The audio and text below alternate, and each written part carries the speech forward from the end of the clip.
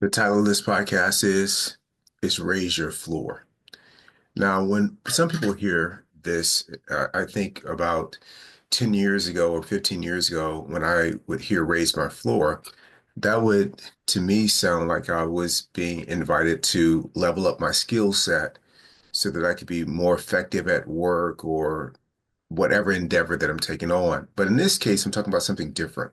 I'm talking about your lower self, your 1.0 self, not the 2.0 who is an inspiring person, but the 1.0 whose default behaviors might include complaining, judging other people, not being present or grateful for the present moment, not being kind to people unconditionally and loving. I'm talking about that part of the self that worries and ruminates about everything, that is constantly in the grip of obsessive thinking. What would happen if you to raise that lower self, raise the floor of that part of you? And what's important for me that I'm reminded about is don't hate, you know, my lower self, but instead just recognize it and say, there's opportunities for growth here. And if I can raise that floor, man, you talk about not having bad days or ruining the present moment, it would become easier if I can raise the floor, if I can raise my lower self.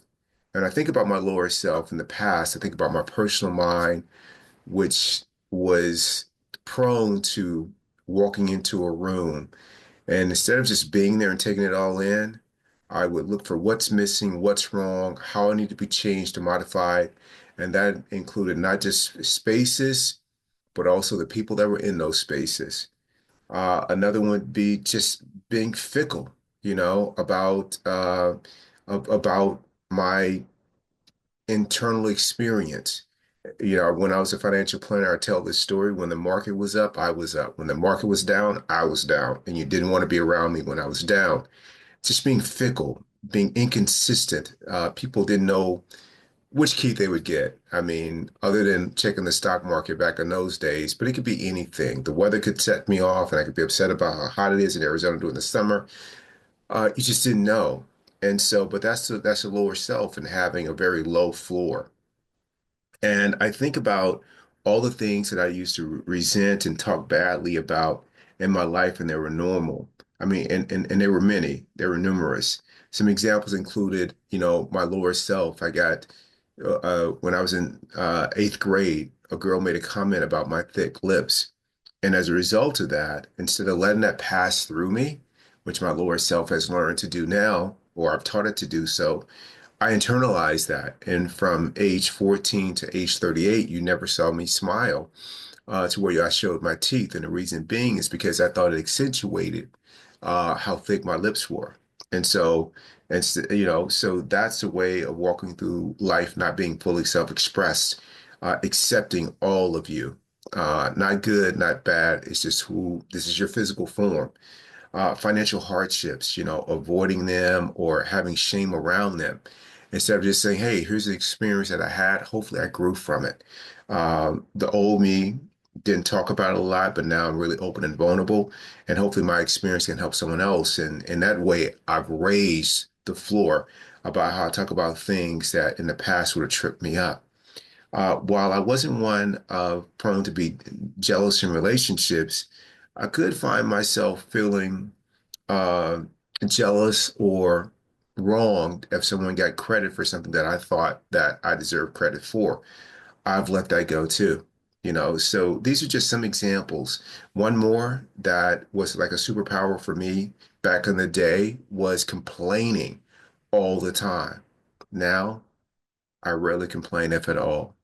I mean, why? Complaining doesn't change the present moment. And it only creates suffering for me. And if there are other people around me, I'm creating suffering for them. So I encourage you to just be aware of what your floor is when it comes to your lower self. And once you have the awareness, take a moment to try to raise it, to make the floor so low that when you are in that space, it's still a good day. You're still not in a struggle with life. That, you may not be operating at the top of your game, but you're not making it worse. And that seems like it's a small thing, but it's really not. Most people take a situation and they make it worse. I'm a big believer that, what's worse than having one problem? Having two. And what most people do when something hits them, and life is full of things that will hit you, they make that a problem too, the internal part of it. You got the problem itself, and then your inability to handle the problem or to suffer with becomes problem number two. I'm good with one. I don't want to have to work on that thing and work on myself. So let's work on ourselves right now, in this moment. So let's raise the floor with how we deal with every situation that is not always to our liking.